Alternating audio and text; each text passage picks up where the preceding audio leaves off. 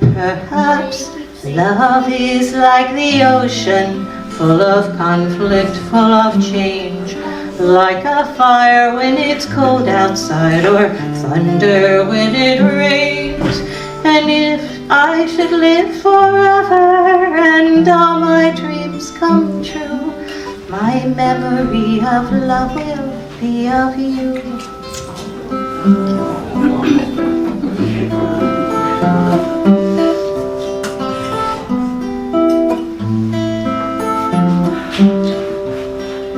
Some say love is holding on, and some say letting go. Some say love is everything, some say they don't know.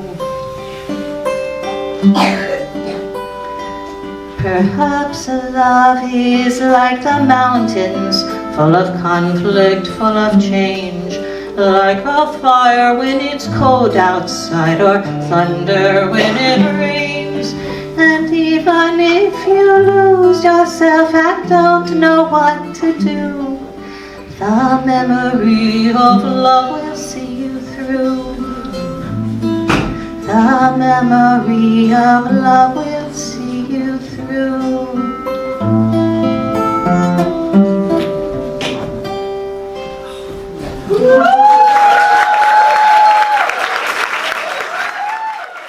All is well. All right, Alan picked this card, and the name on this card is Megan Rose.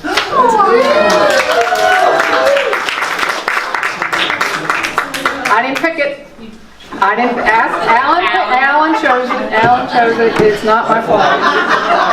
Yeah, you don't remember what you wrote, but now you'll find out. Okay, great. Good morning. Okay, why Spiritual Soul Center? It is a safe space of belonging, practicing, and learning. What have you discovered here, or what are you hoping to find? Peace, sense of community, loving kindness and compassion, and opportunity for service. How does it feel here, or how are you hoping it will feel? Like pure love. How will you enrich the space and our community? By giving of my time and talents and showing up with an open heart and open mind.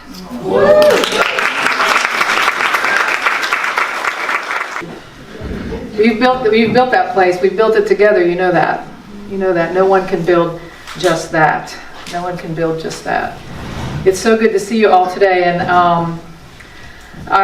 this week was a hard week to read the news for me. Maybe for you. You know what just happened in the Mideast. You know, there's more people dying and there's more violence, and I was curious about that, and I looked up on the Google about how many wars are there in the world right now? How many places are there in armed conflict? And according to the Geneva Academy, there are over 110 armed conflicts in the world right now. There are 45 in the Mideast and North Africa. There are 35 in Africa. There are 21 in Asia. There are 7 in Europe. And there are 6 in Latin America.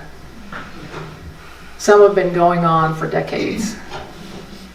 Some people have lived under this heaviness of violence, and the perpetrators, all of the heaviness that they're carrying as well. A few weeks ago, we planted our peace pole out front, and it seems like maybe not enough, knowing that there are all of those armed conflicts happening right now as we sit here. But one of the things I know for sure is that those of us who are not scared and looking to the skies, worried about bombs, or our building catching on fire, or armed men coming in to take us hostage, those of us who are here should be compelled to practice peace in our life, to practice it all the time with every single being that we encounter, with the earth, with the animals, with everything. And so as we pray this morning, let's take a deep breath in and close our eyes just for a moment and be reminded once again, peace in me, peace in the world. Peace in me, peace in the world. It calls us who are safe from these abominations, from this hatred, from this violence, to practice and to put into practice every minute of our lives peace, open-heartedness, acceptance, and love.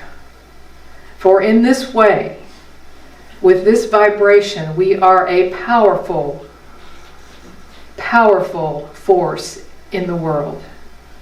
That it is through our personal practice and our vibration of peace that those who are suffering have a chance of feeling it themselves, of experiencing it themselves. In the heart of every tyrant, in the heart of every person who feels compelled by greed, by power, to soften that heart through the vibration of peace that we exhibit and demonstrate in our own personal life.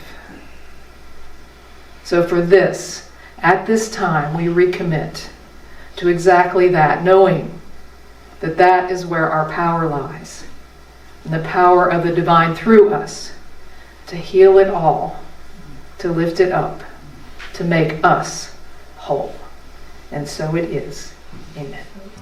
Silence lives by silvery water, stepping lightly like an egret waiting. Her garments drape gracefully around her, a silhouette in beauty. I hear her in music, I hear her in the wind, I hear her when I take the time to listen.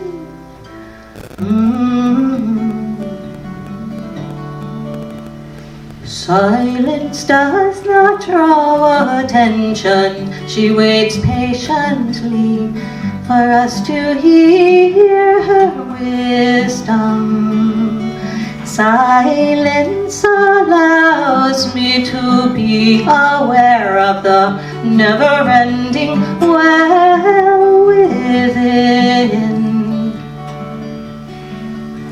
I hear her in music, I hear her in the wind, I hear her when I take the time to listen.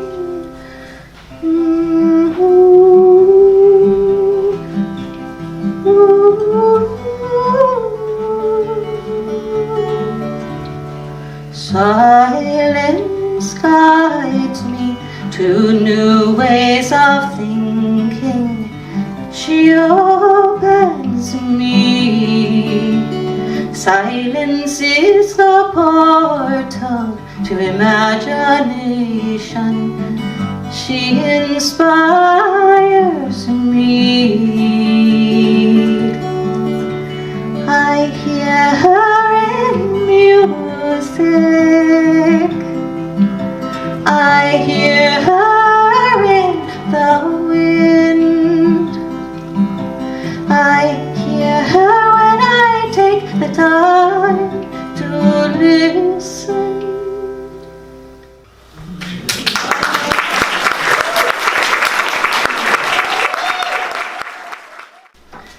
Let's see here. So every week I get an email, or every day I get an email from a small group of creators, actually two creators of cards and prints and sayings called Flying Edna. Anybody else get a Flying Edna email? Oh man, you will now. Because I mentioned it. You know, the artist formerly known as Brian Andreas is now working with his partner, Fia. And Fia and he now goes by Kai have their studio up in Maine. And they talk about life, and they talk about the interconnectedness of life, and they talk about the stuff that I like to talk about, which is how do we engage in the world with all this stuff that's going on, right? So I got this quote from them this week, and sometimes when I get a daily email, sometimes I just delete it before I even read it. Have you ever done that? Yeah. Now, you only get the newsletter once a week from Soul Center, so please.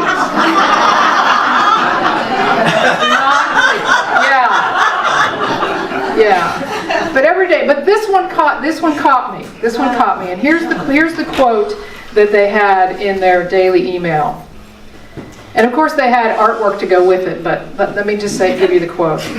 In my dream, the angel said, "You can only know something for so long before you have to admit it to yourself."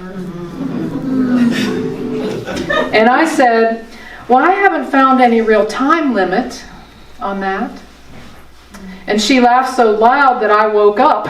And far away I heard her whisper, "Time's up."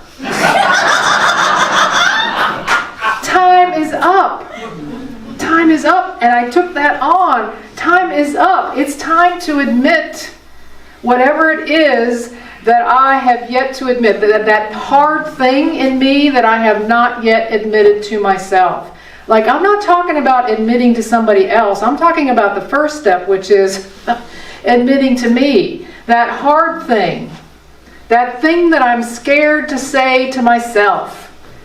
Time's up. I thought, oh, this is a message for me. This is one that I needed to hear. It's time.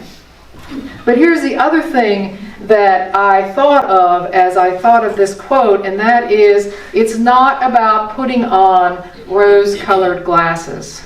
It's not about deciding, oh yeah, this is hard stuff, but it's all right, I'm okay. You know, it's not about that. You know, I think that this idea of, well, you know, change your thinking right away, because you don't want to be caught thinking about anything negative, because you know negativity draws negativity. So then we try to transmute that right away into positivity while we're still feeling like crap. And it doesn't work. You know what it is? It's actually toxic. It's toxic to do that. It's toxic to decide that, well, I feel this way, but I can't let anybody know. Least of all myself. I can't admit it to myself that I feel this way. That's the definition of toxic, because then it just stays where it is, and what does it do? It just stirs. It's like an infection, right? Infections don't get better just because you cover them up and put a bandage over them, right? They get worse and worse. Here's the nurses, right? It gets worse and worse and worse and worse. When we try to cover them up, it doesn't work that way. So it's not about a positive spin we put on something. It's about facing that, admitting to what that is, and face it. But it's messy. It's messy, and we don't like it. And it's uncomfortable sometimes to admit that thing that we have pressed down so far. We've hidden it. We don't want it to come up. And it seems easier to do that, doesn't it? We want to, you know, why?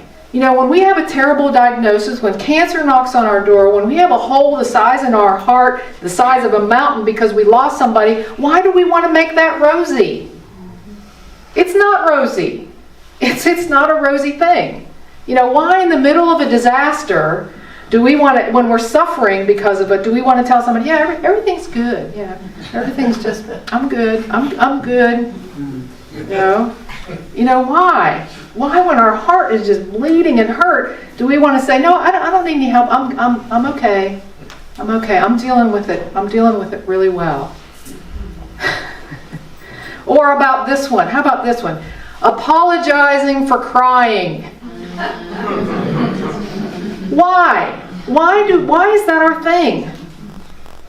Or maybe if you have a lot of testosterone, not even thinking about crying, right? Like, what is that about? What is that about? Or going on as if, something huge happens, something that takes your feet out from under you, and you go on as if it didn't happen. You go to work, you do all your things, it's like it didn't happen. Like, that's not healthy, is it? It's not healthy. And I think it's because we're afraid to admit to ourselves where we are. Maybe there's other things too, but this is where the quote led me this week. This is where the quote led me. We want to say, just buck up, buttercup. Stop your crying. Remember when your dad or mom used to say that? If you cry, and I'm going to slap you again. We learned it early on, not to show emotion. Stuff it down.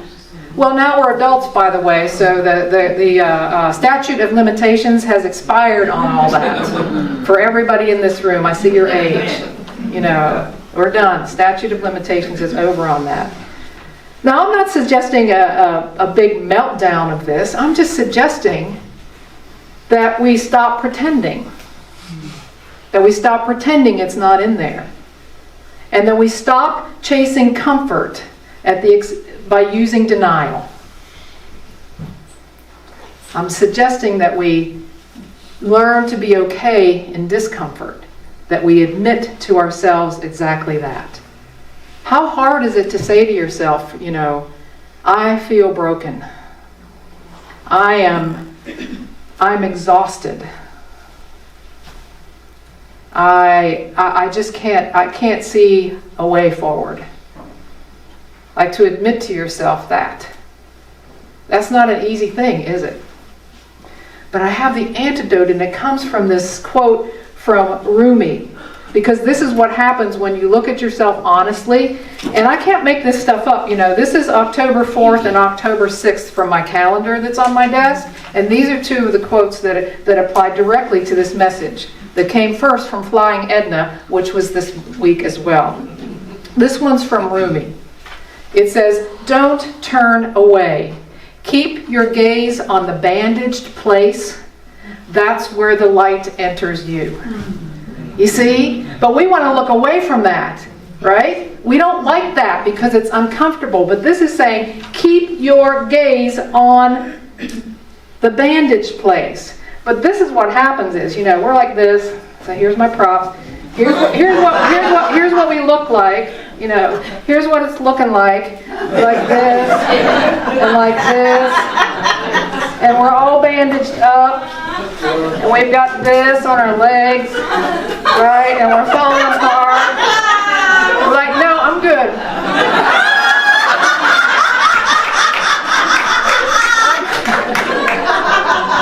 It's really that funny, huh? This is what I'm good. I don't know what's wrong with y'all. Everything's good. That's how silly it is. That's how silly. But keep your eye on the bandaged place.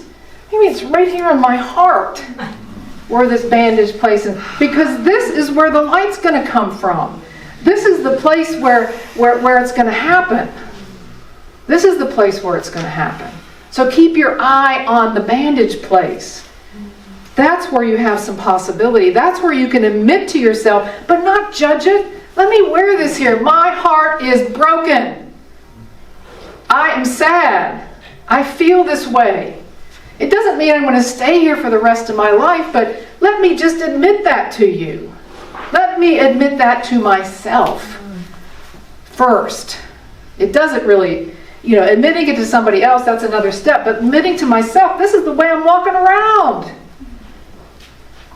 It's not comfortable. But if I keep my focus on the light, if I keep my focus on the bandage, instead of pretending it's not there, then that's where the light comes from. That's what Rumi's telling us, to not judge it. Like I said, cancer, a failed marriage, the kids are sick, codependency, addiction, pick something. Pick anything. I think that's one of the things that is so inspiring about people in addiction who come into recovery. Because they have to admit to themselves that I can't do this anymore. I can't do this anymore. I've got to make a different choice. And then they go on from there. But the rest of it, even if you're not in recovery, I'm not personally in recovery, Although Meg's church here, she says we're all in recovery from something, which has some truth to it, right? But to look at the bandage, we don't even have to peel it off right away. Just know that there's a wound there, that there's something there, and admit that, because time's up. Time's up. If you want something different, time's up. And there's a strange thing that happens, actually. There's a strange thing that happens when we just start admitting the way we feel about something, or what we're going through, or that we can't handle it. A strange thing happens when we start looking at the bandage. And just a tiny bit, we can feel a little lighter because of that light. Because that's where the light begins to come from. We start to feel something that we couldn't have unless we stared exactly at the bandage. Now, I've shared this story before, but it's worth sharing. Some of you have heard it, maybe heard it for the second time or third time, and some of you haven't heard it, but it's poignant and it's just a perfect illustration of this. So our cat Sam died, God, it's been a long time ago now, probably, almost 20 years. Is that right, Renee? 14, 15, 18, so I don't know, a long time ago that Sam died. Sam was my first cat. And so I was scared of getting a cat because I didn't know if I could take care of a cat, but Renee knew how to take care of animals, so we had Sam. And Sam, he was a big cat. His tail was 13 inches long. He was pure black cat, sweetest boy in the world. Anyway, he had lots of health issues. We had to give him shots of insulin. And toward the end of his life, he had some problems. He had surgery one time, for the second time, with our vet at the time. And we didn't know whether we should go to surgery with Sam. One cool thing about Sam is one time the vet thought his heart was enlarged, so we should go check it out at NC State. And so we're like, oh my God, he has an enlarged heart. What are we going to do about it? We get there, and if you go to the vet school, it's all day. It's many hundreds of dollars. We went shopping. We spent many more hundreds of dollars while he was in there. We come back to the vet school. We said, prepared for the worst, and the vet says, he's a big cat. He's got a big heart.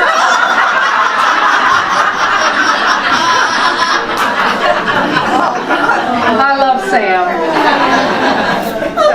But it was pretty serious, and so our vet wanted to do the surgery. We said yes for the second time, and it was on a Friday, and she said, well, I want to take him home with me for the weekend to keep an eye on him. And we were like, oh, thank God, you will keep an eye on him. And we know that she loved him, and we're happy that that was going to be the case, that he wouldn't be left in a cage somewhere for somebody checking on him every once in a while.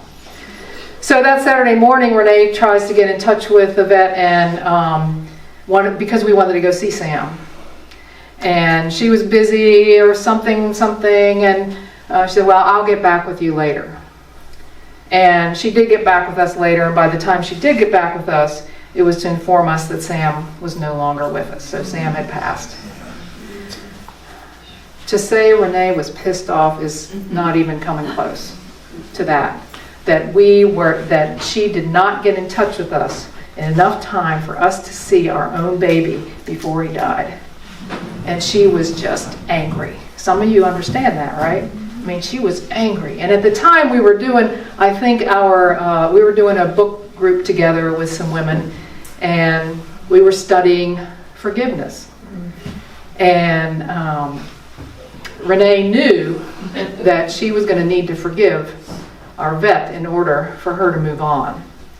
So in her meditation one morning on the couch over at Belvedere, our house on Belvedere, and I'll never forget her describing this to me, and she was sitting in her meditation, and she was like, I forgive you, and she put the vet's name, I forgive you. She's like, that was just like empty words. She couldn't even get there. She was just so angry and mad.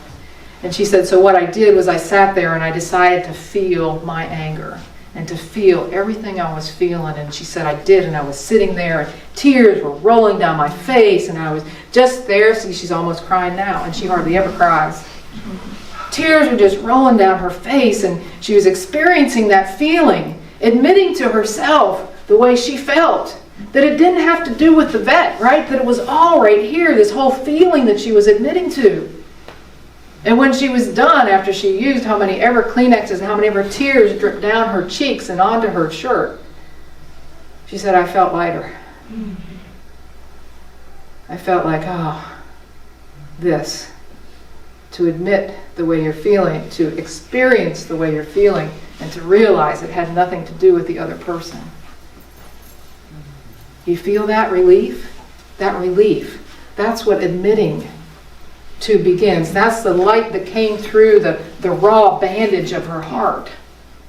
Right?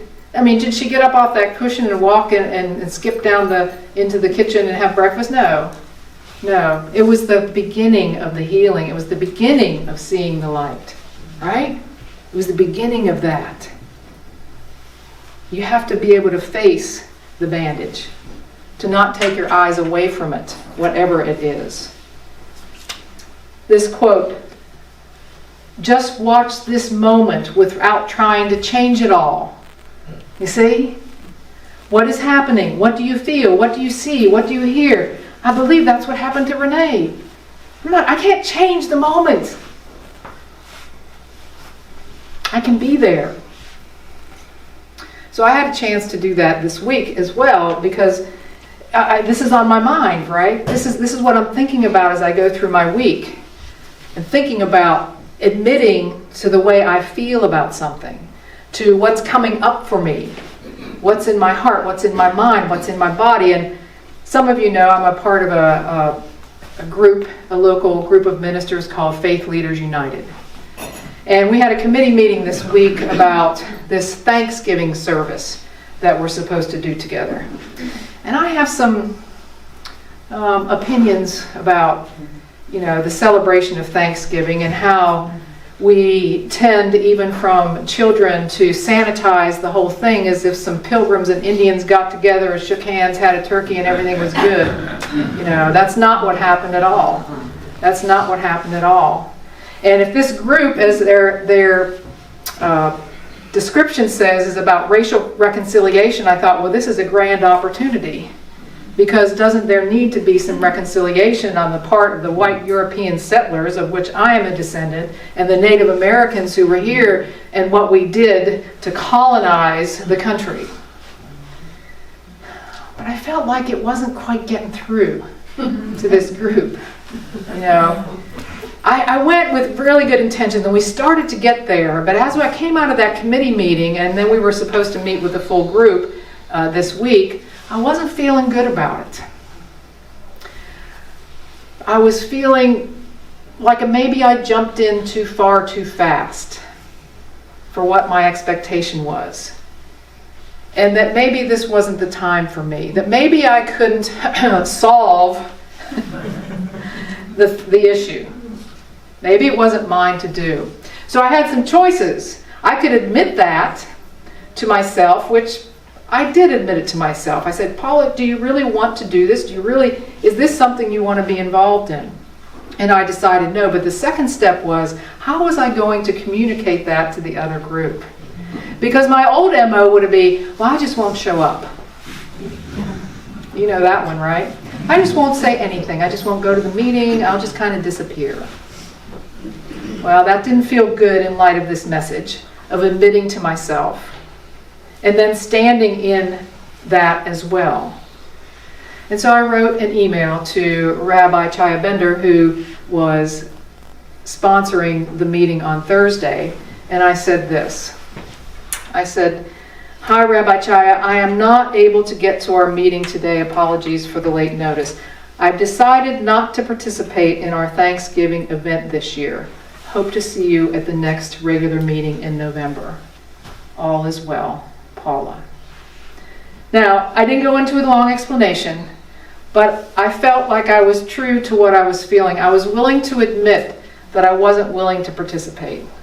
I didn't have to give a point-by-point bullet point thing about because you were this and you were that and you guys, that wasn't necessary.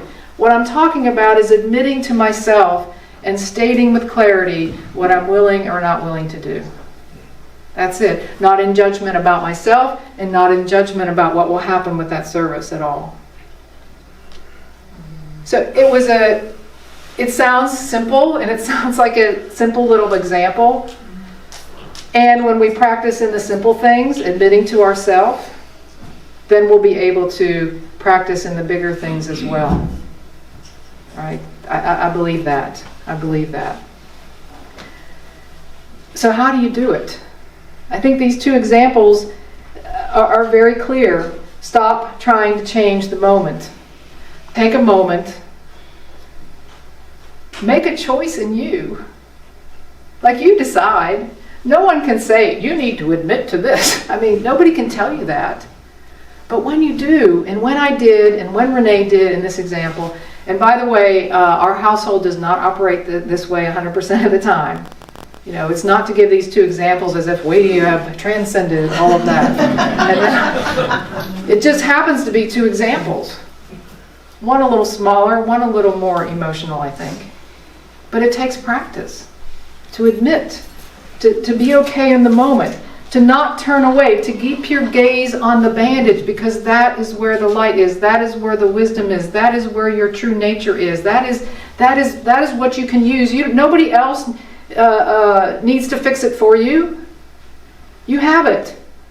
Until one day, you can appreciate that, take it off, and maybe have it sit on my desk for a little while to remind myself that that's what can happen if I'm not afraid to look at the bandage. I'm not afraid to do that and to admit to myself, whatever that is, even the hard stuff. Even the hard stuff. Okay? It's possible.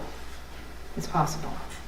So let's take a little time this morning yet to let that, I don't want to say sink in, to sit with this. To sit with this. Maybe to take a deep breath in and a deep breath out. And what is that for you in this moment? What is it that you could admit to yourself? Not to the person sitting next to you, not even to the love in your life, but to yourself. To start there. To admit to whatever that is. To look at the bandage. It's just a bandage. Bandages help us heal. They protect us during that time when we need a little protection when thinking about a wound. But in that somewhere, in that deep wound, in that hurt, in that loneliness, in that grief, in that addiction, in that doubt, in there, that's where the light is. That's where something that you can't know is possible to be known. If we have the courage to see the bandage. Let's sit for just a few minutes together.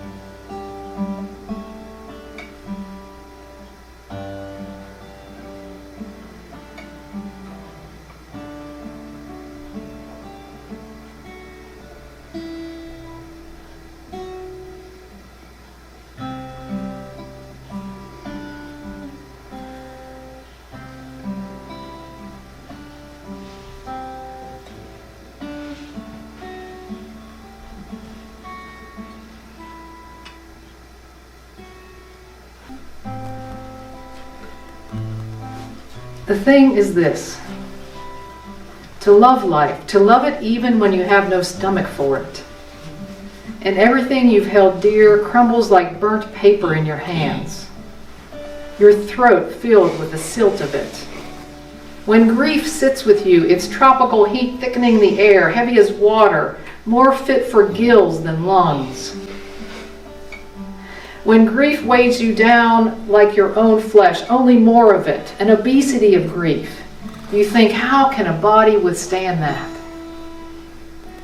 Then you hold life like a face between your palms, a plain face, no charming smile, no violet eyes, and you say, yes, I will take you, I will love you again. Amen. I ain't gonna give in to fear no more. Give in to fear no more. Give in to fear no more. I ain't gonna give in to fear no more. Give in to fear no more. Give in to fear no more. I'm gonna lay down my ego. I'm gonna lay down my ego. Down by the riverside. Down by the riverside. Down by the riverside. I'm gonna lay down my ego. Down by the riverside. Give in to fear no more. I ain't gonna give in to fear no more. Give in to fear no more. Give in to fear no more. I ain't gonna give in to fear no more. Give in to fear no more. Give in to fear no more. I ain't gonna give